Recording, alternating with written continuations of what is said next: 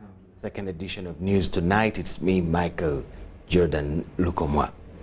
President Yoweri Museveni of Uganda has expressed his eagerness to collaborate with the Algerian government to develop Uganda's energy sector. During a meeting with the delegation from Algeria, led by the Minister for Energy and Mines, Mohamed Arkab, the two sides discussed partnerships and collaborations in various areas, including oil refinery, financing the East African crude oil pipeline, and electricity generation. The discussions are a follow-up to the Memorandum of Understanding signed earlier this year when President Museveni visited Algeria. President Museveni praised the Algerian government for their response to the memorandum, stating that the 4 areas agreed upon were essential to Uganda's development. He specifically highlighted the importance of the oil refinery in solving Uganda's energy problem and expressed his enthusiasm for working with the Algerians on the issue. The East African crude oil pipeline was also discussed as a crucial project, not just for Uganda but also for the region as a whole, as it will transport petroleum from Congo and Tanzania.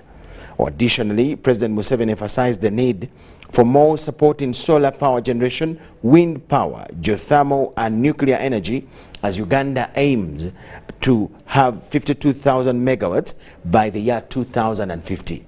The Algerian delegation also discussed working with Uganda National Oil Company to develop the Kasurubani block near the central processing facility being constructed at Tilenga.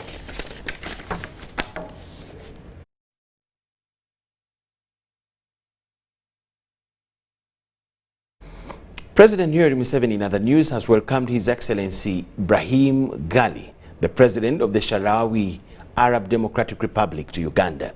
The two leaders held talks on matters of mutual interest aimed at enhancing cooperation between the two countries. During the meeting, the leaders discussed various topics including economic cooperation, trade relations and regional security. President Museveni emphasized the importance of strengthening diplomatic and economic ties between Uganda and the Sahrawi Arab Democratic Republic, expressing his commitment to working towards the goal.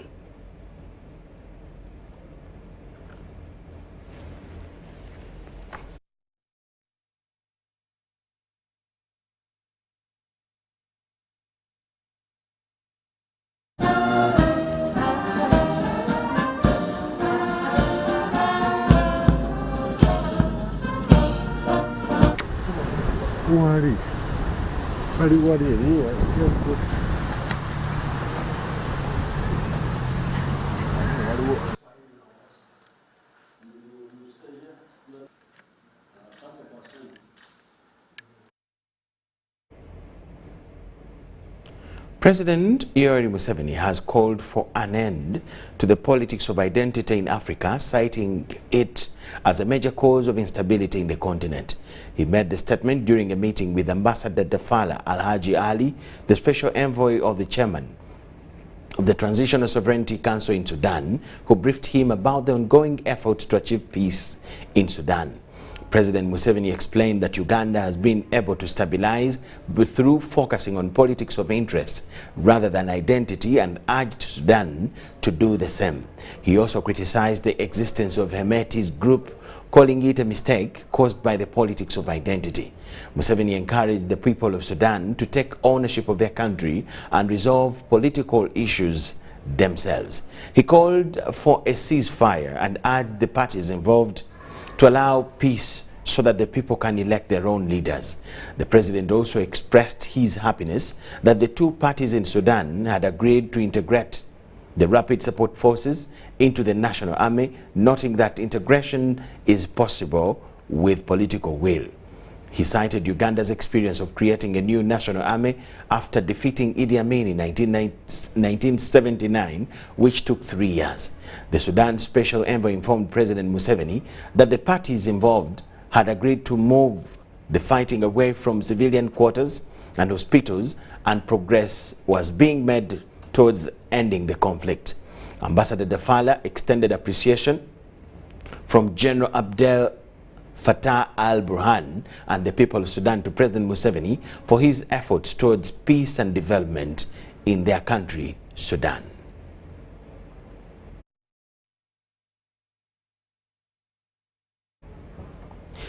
The flooding of River Katonga has paralyzed traffic around Kayabwe along Kampala-Masaka Highway. All vehicles and motorcycles cannot cross to the other side as the water is running at a very high speed crossing the road. The flooding of Katonga River has disturbed motor cars and cycles, causing traffic along Kampala-Masaka Highway in Kayabwe. Commuters, shopkeepers, and pedestrians were left stranded in the area after law enforcement decided to suspend all traffic to save lives. A number of vehicles were seen stranded in the area, and none of them could turn back or move forward. This is a problem. Now we are dying here with the hunger. We want to try and reverse behind to see whether we can get something to eat. We do hope by the time it goes to 6, we'll be okay, we shall go. Security forces have got workable solutions like tying ropes around the affected area to prevent people from crossing.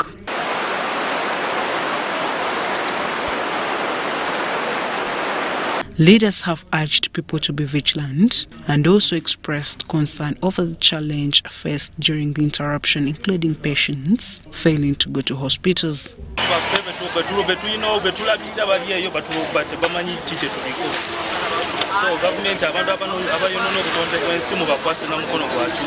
Sarah Nduhuchure, who is in charge of traffic from UNRA, has diverted traffic to go through PG Town, connecting to Zimbabwe Road. There is a better route instead of you risking your life to go through Katonga. It is very risky. The water levels is very high. The spokesperson Katonga Police Station ASP Lydia Tomshabi has warned road users to be cautious in as long as the road is still underwater.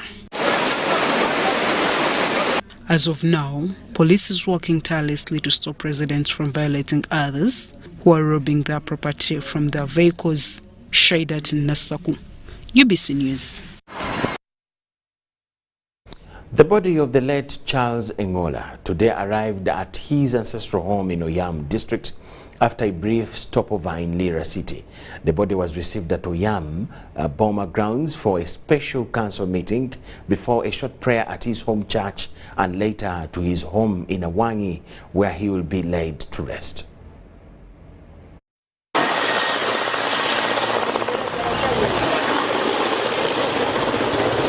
At 11:30 a.m., this plane carrying the casket of late Labour Minister, retired Colonel Charles Ngola, landed at Anyeke Primary School playground. The plane was, however, expected to land at Achaba sub-county, but quick arrangements were made for the funeral van to receive the body. In the company of Government Chief Whip, UPDF officers and family members, the body was led to and received at Boma ground by the District Speaker, Oyam.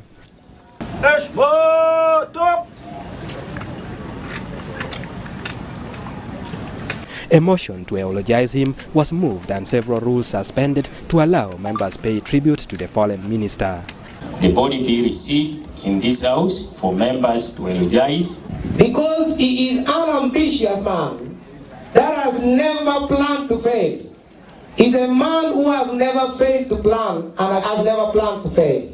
As a market in my sub-county of Achaba, where the market was named after this particular name, Mashudogo. I think it is time that we take on the issue of mental health in this country. Speaker after speaker members expressed bitterness in the manner in which the former army commander died. We are demanding from the government, because there have been several investigations in this country, all that has happened, that has cost the life of our grandson. A number of resolutions emerged and adopted by local government leaders from across the region. But I also think there should be a tangible item that we can inclusively follow with government and make sure that in memory of a person of the character of Honorable Charles, something is done to remember him.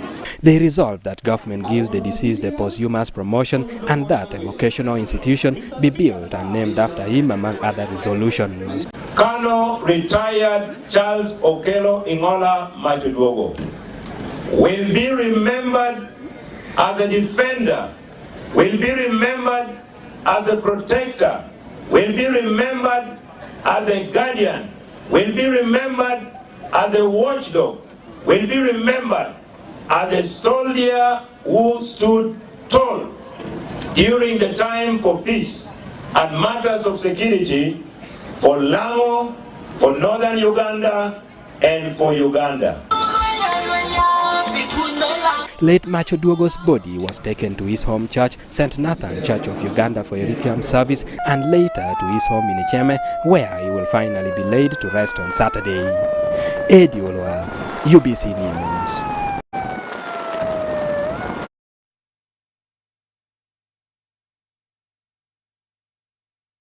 Chief Justice Alphonse Owiny-Dollo has urged Ugandans to help government in the fight against corruption in government institutions, including the judiciary. He says that sometimes those involved in corruption tendencies outside government offices tend to pursue public servants to engage in corruption amidst their seduction. This was at the commissioning of the High Court building in Mukono. The Chief Justice Alphonse Owiny-Dollo has commissioned the Mukono High Court and urged the judges to improve their performance. Staff cannot accelerate beyond 18 kilometers per hour. What is its purpose? So I'm making a direct appeal to judicial officers. I could have come here to inaugurate a court that sits under a tree, like that tree. But if people come under that tree and we render justice, that tree is more important than this beautiful building. If you don't render justice in this building. Chief Justice Dollo, however, urged Ugandans to join government in fighting corruption tendencies, especially in government institutions, including the judiciary. Zero tolerance for corruption. But we can only succeed if the justice seekers say, no, if I have to buy justice, then let me lose everything. If you start from, there'll be no. Maureen Kasajje, the Undersecretary in the Judiciary, said with the construction of High Court in Mukono, this will help to reduce on the cost of renting office space. The first one is that now we get to save around 137 million per year in rent. Of course, the other issue is that court services are a unique service, so even when we rent, it's not really very fit for purpose.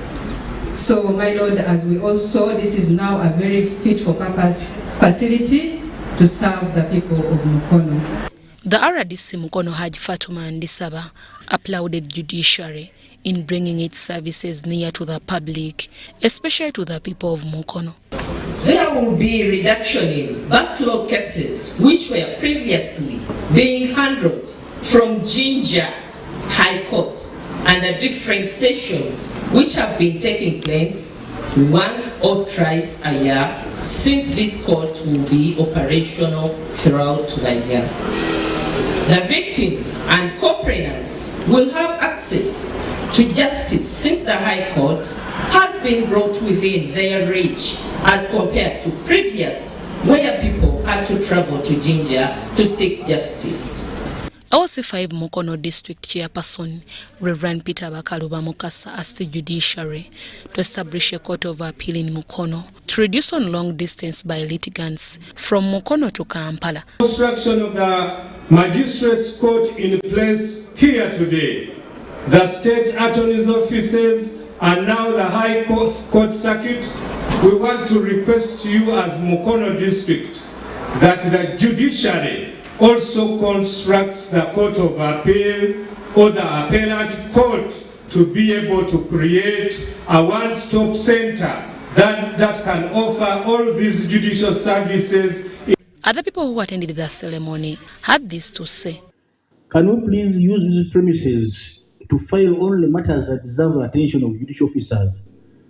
I want to give examples, my Lord, if you give me time to explain to what they call non-deserving cases. You would spend the whole day listening to those non-deserving cases. Emisango gibadde giriwo mu kooti gijja kukendera gifuuke mitono. Tetusubiramu nti enkayana ezibadde zibeera mu maka zijja kubeera nga ntono nnyo tetusibiramu nti ababbi b'ebibanja bajja kendeera singa kkooti eneebeera nga etuukiriza obuvunaanyizibwa bwayo. The construction of High Court building in Mukono has costed 1.3 billion. Deborah Namamonde, Sharon Basirika, UBC News.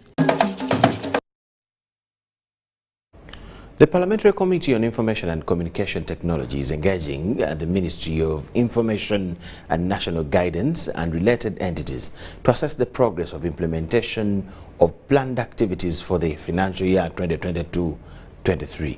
Minister for Information and National Guidance, Dr. Chris Bariomunsi, emphasized that efforts are being put towards increasing access to internet by the population in order to enable it to access information.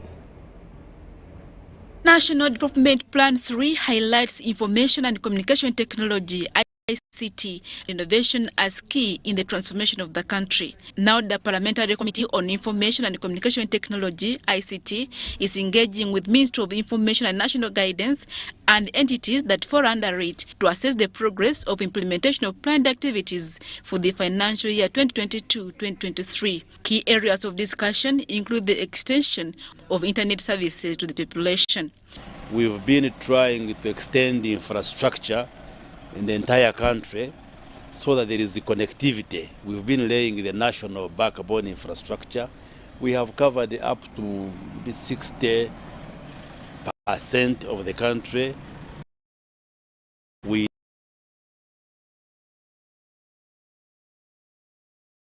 intend to extend the broadband. For information and national guidance, Chris Bariomunsi, however, says Ugandans have little appreciation of ICT. A lot of digital illiteracy, so we have to do much, to do more, to sensitize and educate Ugandans to appreciate what the ICT is and what the ICT can do to enable us move faster.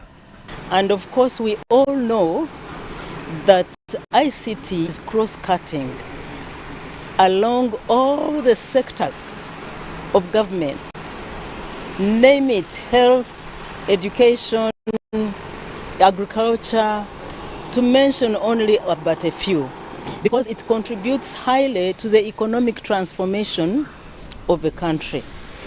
It also provides communication. It promotes a knowledgeable society, a well-informed. The issue is prioritization. And actually investing where you feel you'll have maximum impact. So what we're looking at is, with the little resources we have, where should we focus the investment in the ICT sector for maximum impact? The most critical thing is understanding that ICT is an enabler for everything we are doing in the country. The Permanent Secretary, Minister of Information and National Guidance, Dr. Amina Sawede, pointed out that the utilization of ICT is key in helping government to plan and serve the population better. We have developed a system for document management. It's called the e-document registration document management system. We have a system for education management where we are registering schools, teachers, students. I think this exercise was done last year and it is still continuous, so that we are able to plan from any point of view. How many students do we have in this country? How many teachers do we have? Where are we lacking in terms of resources, in terms of teachers, in terms of the pay, and where do we need to put more schools? Those kind of things can only be done if we have data and information, and this system is one of those that has been developed. We have also developed the Parish Development Management Information System that is going to be presented to the Honorable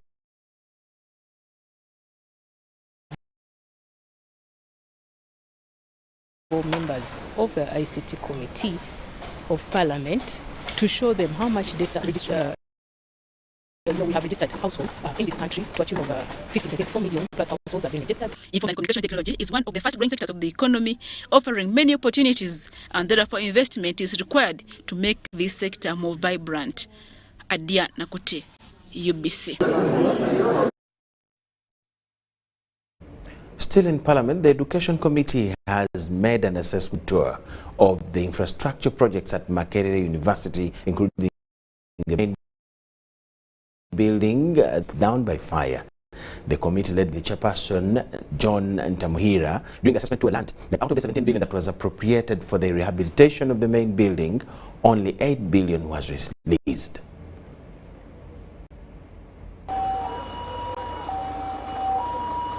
In September 2020, Makerere University main building was gutted by fire in the wee hours of the night. The iconic building, constructed in the early 30s, that was the landmark of the university, was all destroyed by unknown fire.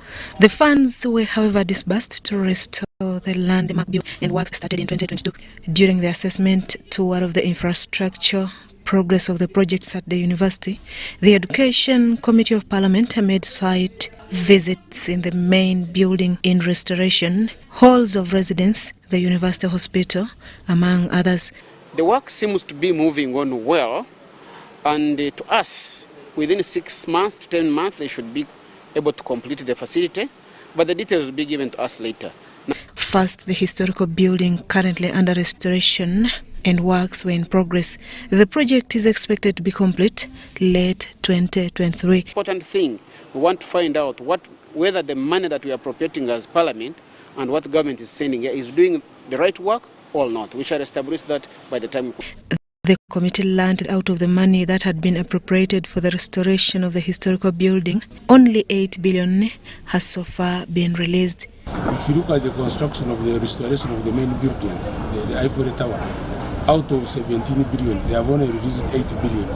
So finance is also doing a disservice to the development and reconstruction of some of these infrastructures at the university. So the committee toured other structures at the university, and most of them are visibly dilapidated. The halls of residence at the university that are still accommodating students, including Africa Hall, Mary Stewart Hall, University Hall, Mitchell Hall, are all at the verge of collapse.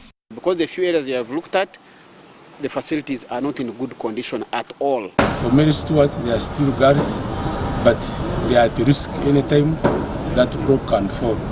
At Mary Stewart Hall are visibly falling debris of cracked walls and ceilings, all posing a danger to lives of students. On the contrary, the famous Lumumba Hall was closed down to save lives of students after it got extremely dilapidated beyond renovation. We have also visited Lumumba Hall. That one, when we came here in the tennis parliament, we had recommended they should close it, and we are happy that university followed our recommendations and it is closed due for rehabilitation. If you look at the halls of residence, Lumumba Hall and Mary Stewart Hall, the money which was approved for reconstructing those halls of residence, up to now, finance has not yet released. Some of the committee members proposed acquisition of a loan for a general overhaul of all halls of residence, not only in Makerere University, but all other public institutions. So the Makerere wants to rehabilitate, and their willingness will be rehabilitating. But is the government willing? I've insisted from Mwanafunzis and the First Lady, let them get loans like other entities for revamping and rehabilitation. Most worrying is that the university hospital is likely to lose its land after failing to secure the land title. We are now here at the hospital. The hospital is also in a very sorry state. Makerere University is Uganda's oldest public university, started 100 years ago. The university was allocated over 100 billion shillings last financial year for renovation of key structures and building of the perimeter wall. The committee is expected to make recommendations and report to the House. Susan Naonga reporting for UBTV. Minister for Internal Affairs, General Kahinda Utofiri, has challenged imams and sheikhs in Uganda to spearhead the campaign of revamping the image of Islam as a religion of peace, as opposed to the negative image being painted by terrorists and extremists.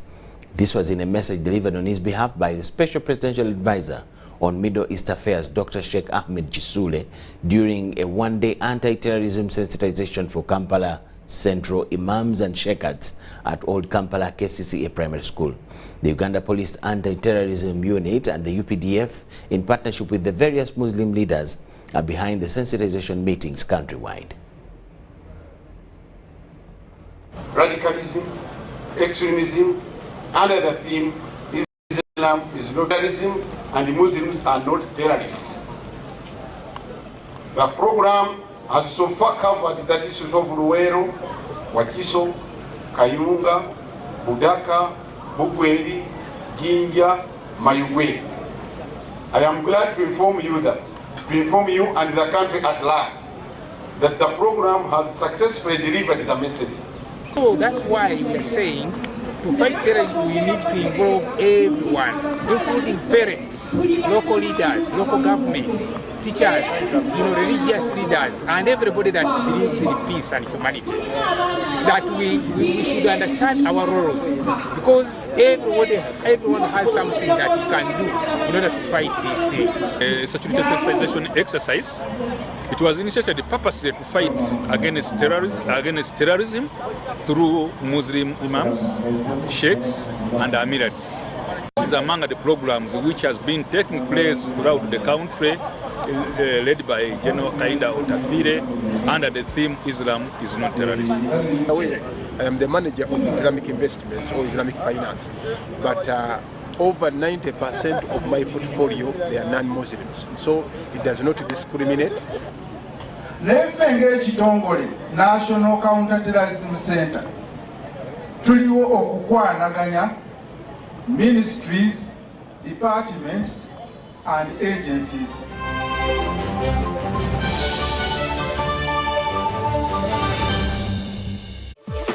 Talk with freedom. Get MTN Freedom Voice Bundles that don't expire. Dial *100 *21# or my MTN app for more bundles. Together, we're unstoppable. This isn't just a girl. She is the future. This is a teacher, a doctor, a community leader, our future president. Their support meant so much to me. And as a teenage girl, I stayed focused and was protected from child marriage and teenage pregnancy. I will support other girls against child marriage and teenage pregnancy. Take action. Report any case of defilement or child marriage to the police or call Sawuti 116.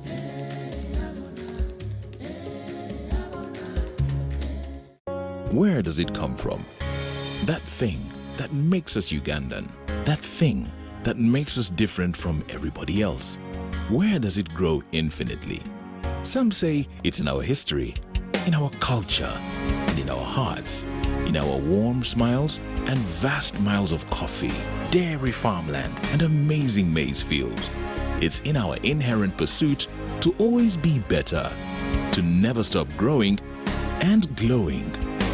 So you see, we are more than just a waving flag. We are a nation of sweat and skills, a nation of ideas and inventions. But what truly makes us Ugandan is our quest to improve the quality of life for Ugandans by creating sustainable jobs, businesses, and improving household incomes. That's what makes us Uganda Development Bank. Uganda Development Bank, inspiring development. Did you know that you can safely and conveniently make your school fees payments anytime, any school, anywhere using Airtel Money? Oh yes! Simply pick up your phone and dial *185#. Select option 6, school fees. Choose between school pay, peg pay, or shore pay. Enter student number. Enter amount, confirm name and transaction. Enter Airtel Money PIN. A confirmation message will be sent to you upon a successful transaction. Airtel Money. Instant, secure, borderless. Do you need data collection services, data analysis and reporting, monitoring and evaluation systems? Then contact Mold Technologies, a professional research firm that has provided many organizations with timely research solutions for over 15 years. For more information, visit www.mt.co.ug or call us on 0704 913 399 or 0782 602 963. Visit our office in Kampala at Sayuni Complex in Tinda. Mood Technologies, your professional research firm. Jerry con. Hey, Master Blaster. Touch him, man. Buy Jerry can with muscle. Those ones who say go for you only. Mundaba. What school fees I teach you? When I go to the school, because of the cover is very far. Is you serious? Is serious you? What? Yeah? You step it on it. Add kilometers to your legs and you get your sugar. We buy meat from Umaru and Umaru refuse to give you enough meat. Show him that they don't joke with you.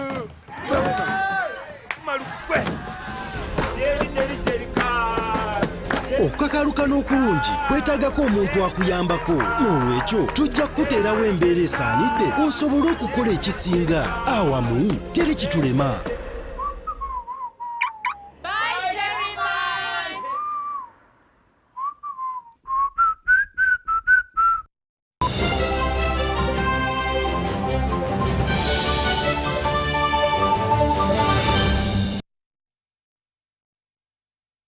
Thank you so much for watching and welcome back from the break. A number of financial institutions in Teso sub-region have joined the forces with the Ministry of Tesol Affairs to foster the execution of the parish development model projects in the region. This follows the disbursement of the parish revolving fund that has been commenced in Lira District with a warning to the beneficiaries against default.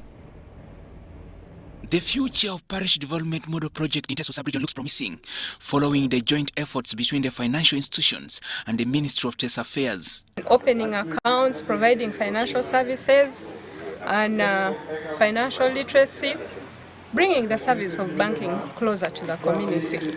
We are looking at transforming lives, enhancing the community, and making the economy and the livelihood of the society better. This follows the rollout of Parish Revolving Fund that has been launched in Lira District with a warning to the beneficiaries against defaulting. This is a loan.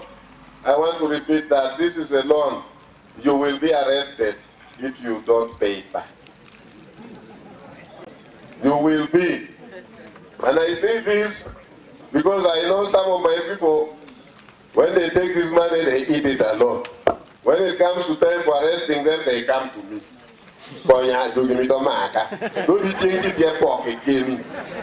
While rolling out the fund, there was an explanation on why the PDM funds delayed.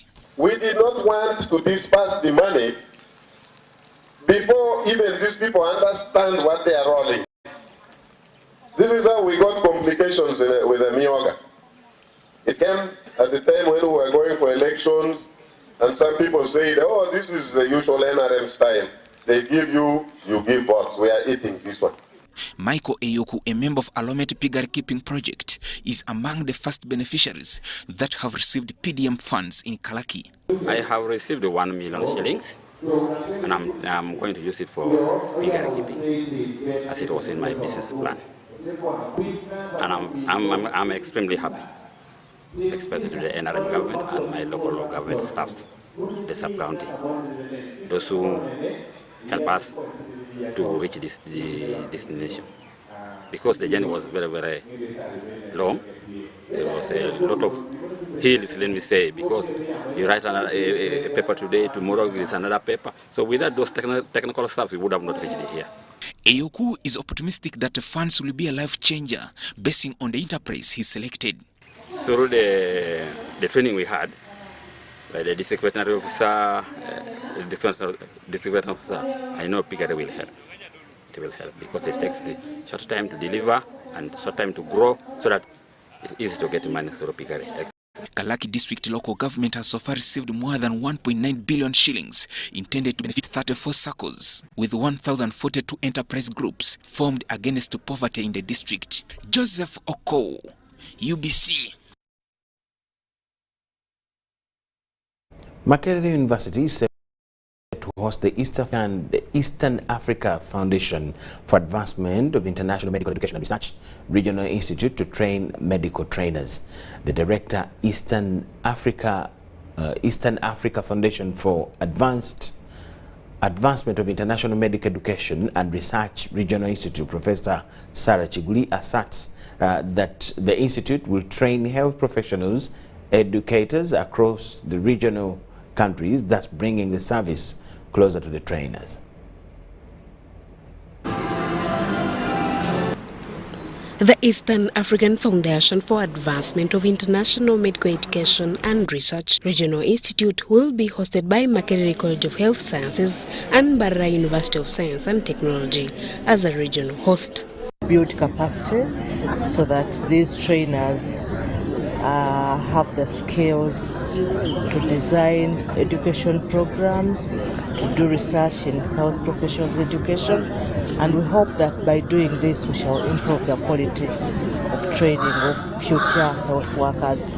With a wide range of courses, the Institute will welcome its first-class batch in August 2023. Education methods: how do you train a doctor, how do you train a nurse, how do you examine to say that they have passed, how do you research in how you train. There have been gaps in assessing better training for health professionals, which the Institute is here to bridge. So this program is to train teachers of health professions so that we learn how to teach health professionals. Advance the field of health professions education in a way that it will enhance the competencies of the students they teach. So the professionals that graduate from Eastern African health profession schools will be better equipped for the health of the community.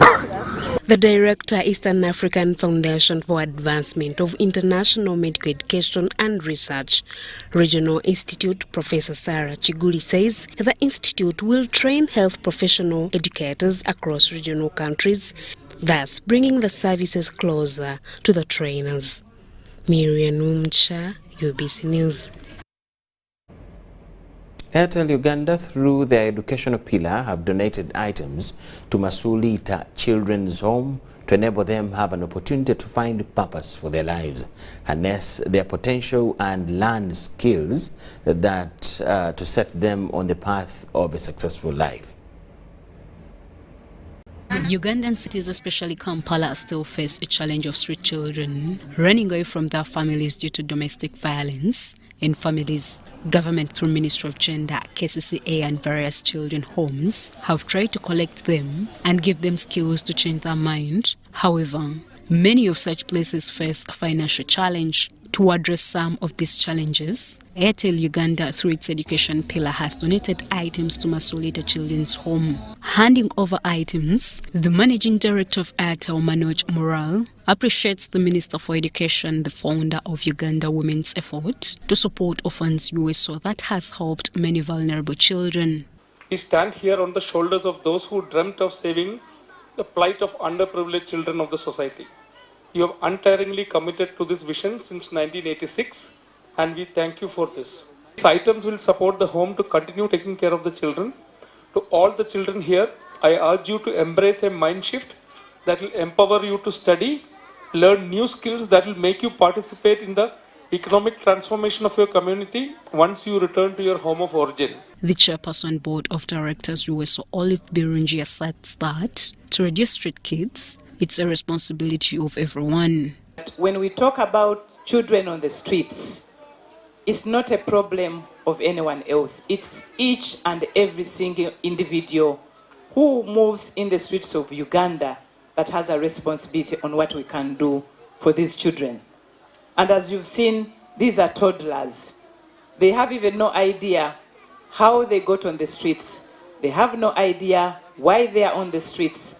But research has shown some of the reasons that are pushing children on the streets. We have the economic challenges back home, family strengthening problems, child abuse. We do vocational skilling for the older children, and the purpose of doing vocational skilling for the older children is to change their mindset.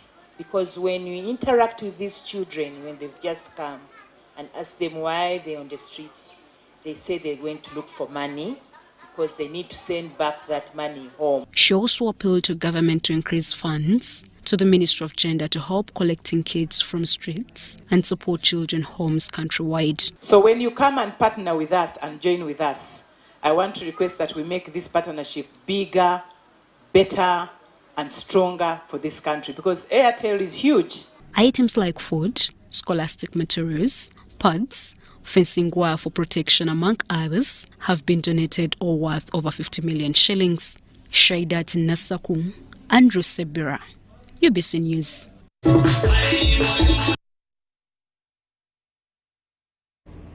We're taking a short break. On return, we'll have business news tonight.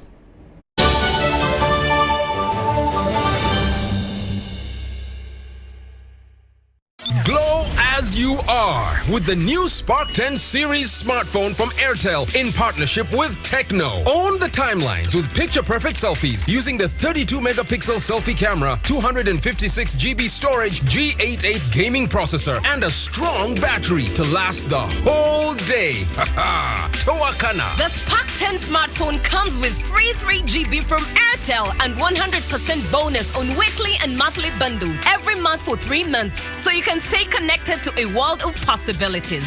Dial *100*5# to enjoy free data. The new Spark 10 is available in all selected Techno shops countrywide. Airtel, the smartphone network in partnership with Techno. Stop at nothing.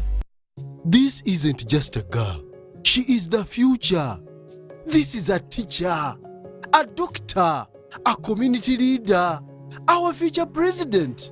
She is our family's pride, and as her father, I will protect her from child marriage and talk to her about the dangers of teenage pregnancy. We each have a role to play in empowering our teenage girls to protect them from child marriage and pregnancy, because when we empower them, we empower our nation. Protect the girl, save the nation. Take action. Report any case of defilement or child marriage to the police or call Sauti 116.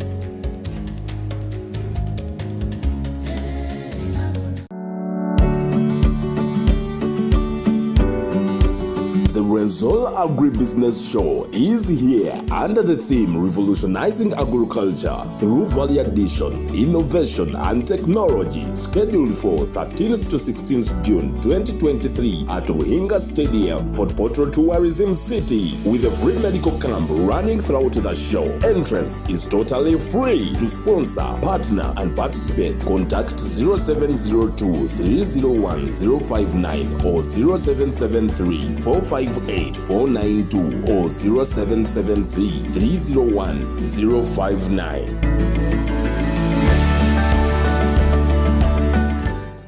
Iwakato, this is a quick call. I'm almost out of minutes. Now, someone the center. Why rush through such important conversations? Airtel Uganda has made it possible for you to call across all networks in Uganda at the best rates with the new Bona voice bundles. Stay connected anytime, anywhere, with minutes valid for calls on all networks. Dial *100*1#. Select voice bundles and select Bona voice bundles today. Airtel, the smartphone network. Juko. Yo. What you check the shopping, man. What's your secret? Uganda, haven't you heard of the Parish development model PDM? Yes, I did, but I thought it was just a talk. No, it is real. And a few friends together formed a circle, accessed money from the PDM, invested in a portrait project, and now things are moving. Joko, I thought I was one of your friends. You are, but you left me behind. I didn't leave you in poverty. What you do, just visit your LC2 chairperson and your parish chief, and start the process of economic transformation. Just like that. The parish development model is an initiative from the government of Uganda through the Ministry of Local Government, designed to transform all lives of Ugandans for the better. PDM, my parish, my development, my life. Talk with freedom. Get MTN Freedom voice bundles that don't expire. Dial *100*21# or my MTN app for more bundles. Together, we're unstoppable.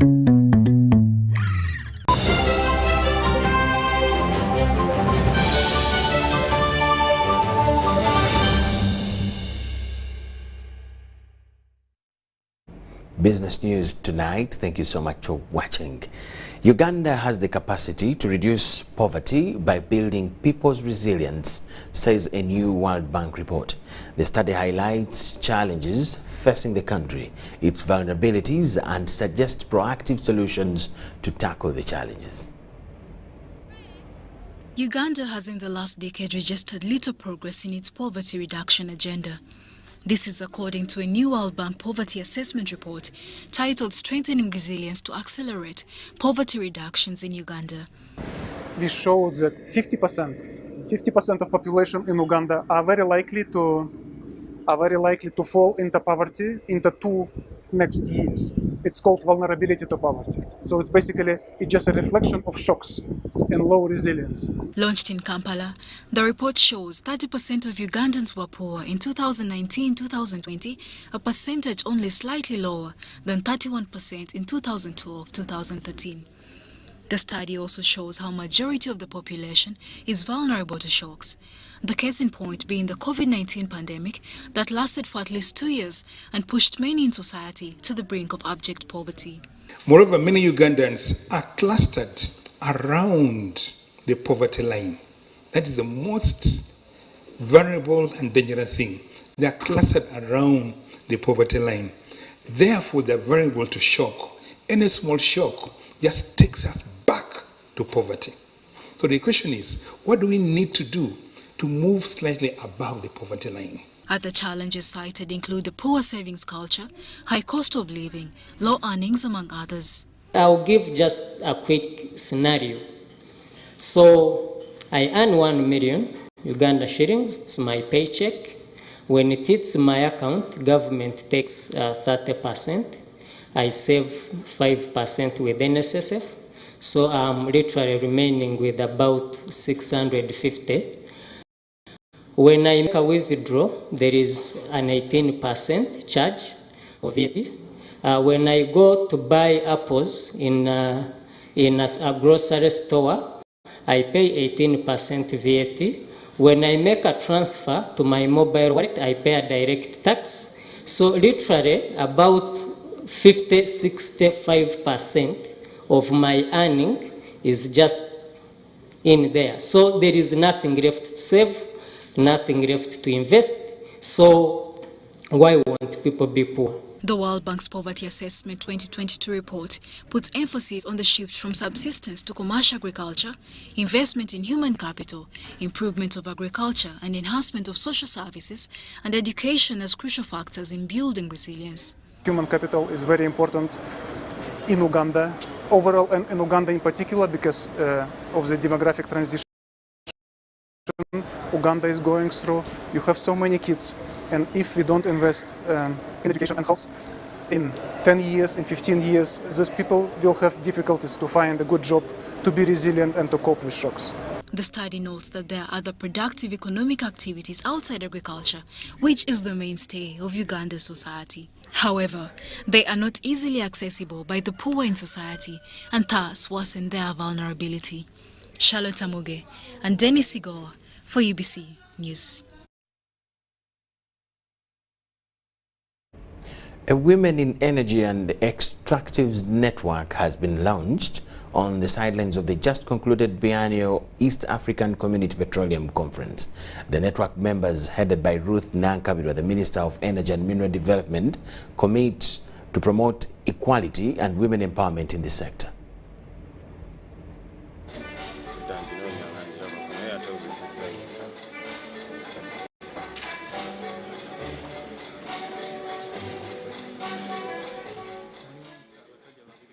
Think about what else we can do as we plan to promote our women, to promote the gender equality. The positions have been forcefully put by legislation, the mandatory, the constitutional provisions, at least 30% women. No board can pass through cabinet without that recognition. We have come together as women in the electricity supply industry and now in the extractives.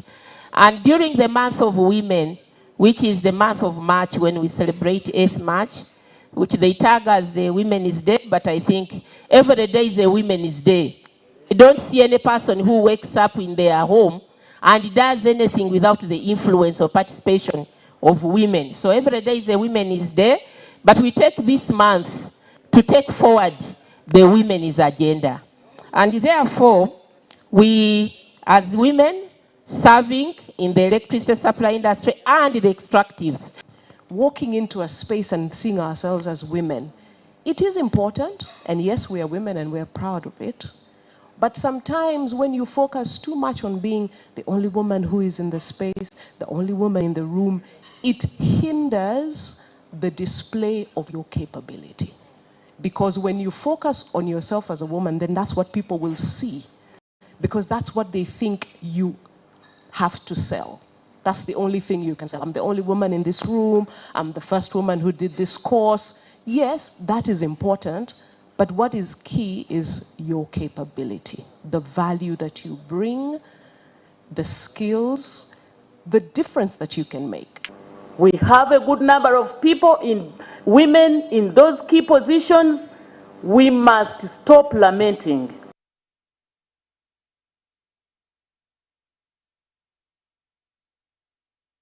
KCB Bank Uganda and the German Development Corporation have held a graduation ceremony for 575 beneficiaries of the KCCA GIZ Program aimed at boosting Uganda's skilled human capital.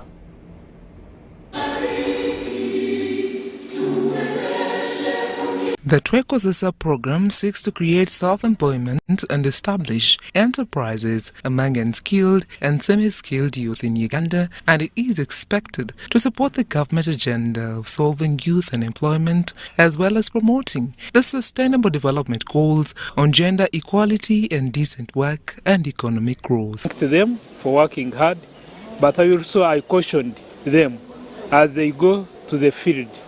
Field needs people who are transparent, who have integrity if they are to retain a job.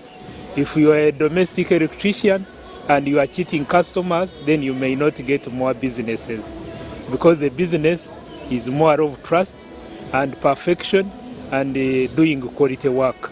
KCB Bank Uganda Managing Director Ed Gabyama says the skills and knowledge the beneficiaries have gained will enable them to make a positive impact in their communities and contribute to the growth of the Ugandan economy and transform their lives. KCB Uganda, we are happy to see the smiles on the faces of many of these people who would never have, who were hoping for obtain a certified course education, and we have seen them where they are graduating with certificates, and I hope they can progress further. But most importantly, they set on a path of both entrepreneurship and also employment. James Macbeth, a GIZ country director, cites that under the private sector corporation portfolio, GIZ engages in partnerships with the private sector in Uganda to foster innovation, close skill gaps in the labor market and promote inclusive business models, among others. Let Uganda participate in the global world, so that all young people, you who are sitting here, have opportunities to take part in the global world. Not to sit back and develop socially, economically, and that your livelihoods show an improvement. We have done as Data Mine Technical Business School, we offer subsidies. For example, if you look at a program like electrical, which would cost over $300 in training, at Data Mine we make sure we get development partners like KCB and GIZ who help to subsidize the program. So my humble appeal is that let the youth come and join TVET in various programs. You've just seen a girl doing plumbing, and she's been very proud. She managed to install plumbing services in a particular secondary school. Government of Uganda is set to continue supporting such initiatives because they will lead to the socio-economic transformation of our country. Sandra Kahunde, Jamil Sekaja, UBC News Tonight.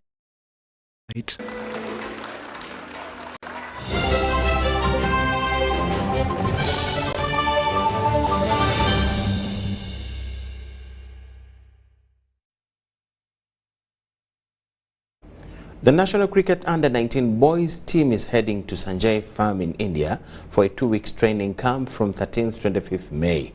The camp is part of the team's preparation for the Under-19 Boys Cricket World Cup qualifiers, slated for July in Tanzania.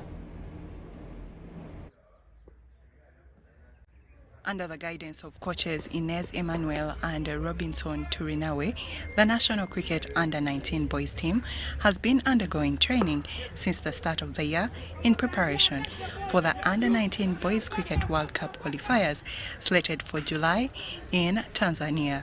The team will now head to Sanjay Farm in India for a 2-week training camp from the 13th to the 25th of May 2023 to help improve their skills ahead of the qualifiers. The team will play 6 50-over games and 1 T20 game and will get a chance to work with specialized batting coaches.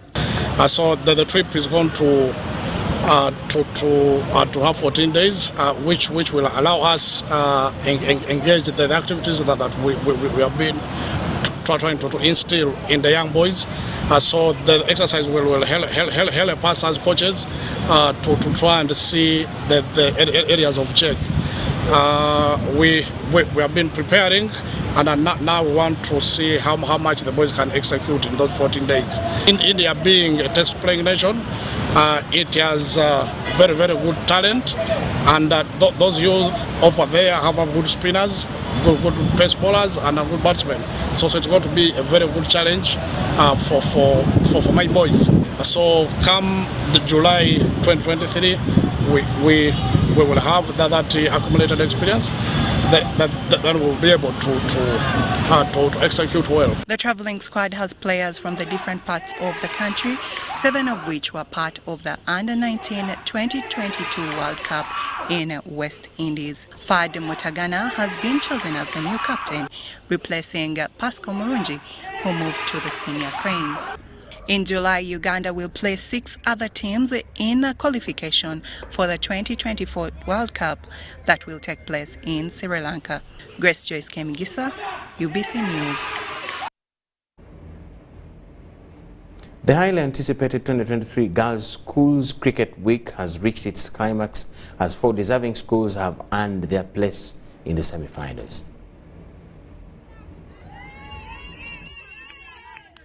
The tournament, which began on the 7th of May 2023, has witnessed a riveting round-robin T20 format with 15 schools competing at 4 different grounds located within Soroti City. The teams showcased their cricketing skills with some astonishing performances that left the spectators on the edge of their seats. Yeah, very good cricket week for the first time. Guru High School picking up 2 wins on their first cricket week. Tournament is impressive. It's not easy being a first timer to win against schools that have been there for a long time. So that was an impressive performance.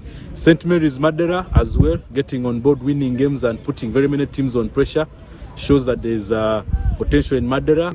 Then the school from Western Uganda, Kilembe, has punched above its weight. Many times when you see their cricket, very few teams comfortably score against them. So that's also a very good sign for our cricket. And Iganga SS are the surprise team of the tournament because none of us knew them before, but the performances they put up are quite exciting.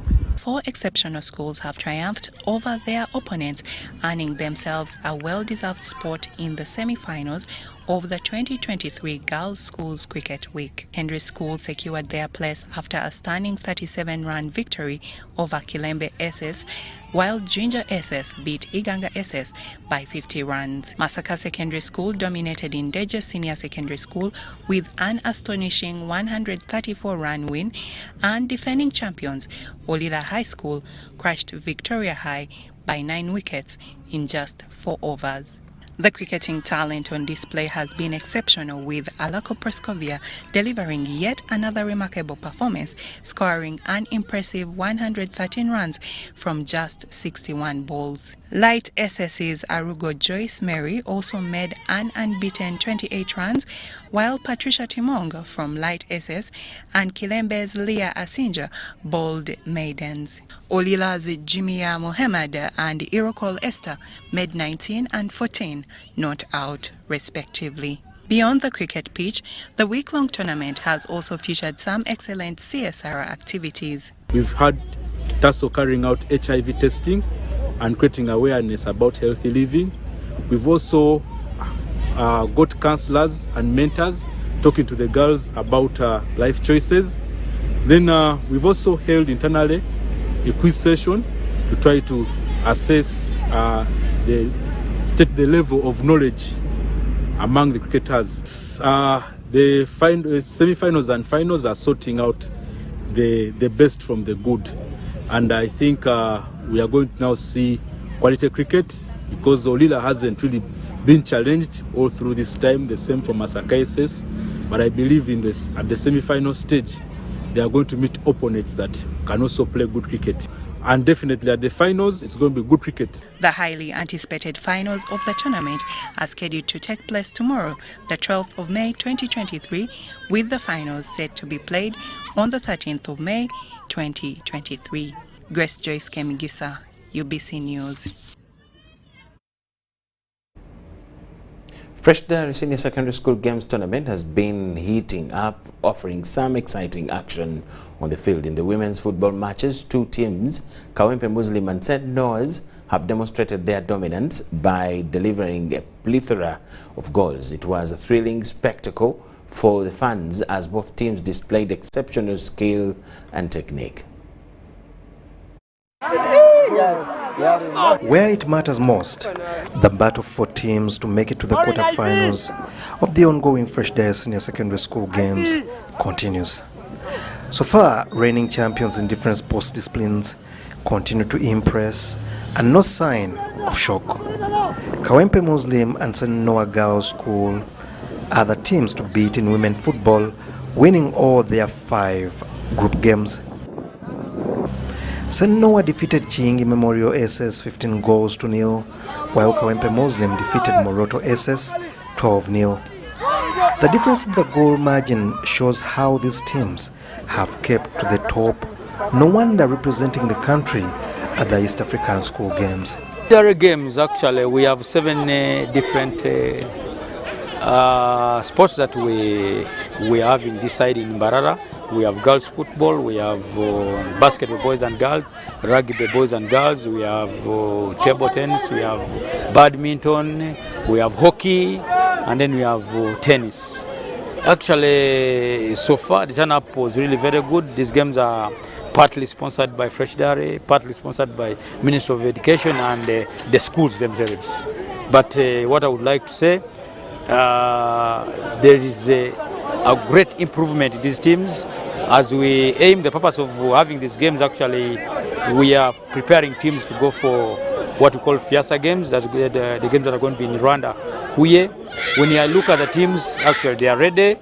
Kawempe's Hadia Nandago has been exceptional throughout the games and currently tops the log on 11 goals. In the other games on the day, St. Mary's Chitende defeated St. Mary's Ushoroza 90-14 in one-sided ladies basketball. St. Mary's College Chisubi defeated Mbarara High in boys badminton. Naminango College defeated Lubidi SS, while Damisunsa Girls dominated the ladies badminton. Should expect a win, and they should expect that St. Mary's, we have not come here to play around, to joke around. We came here for our business and to take back our trophy. And this year we are going to be defending champions again. From now and onward, this year it's only for St. Mary's. Action resumes Friday, wrapping up group games as well as quarter-final engagements. Ngabo Emon reporting for UBC TV. That is all we had for you this evening. Thank you so much for watching. My name is Michael Jordan Lukomwa. Bye-bye and good night.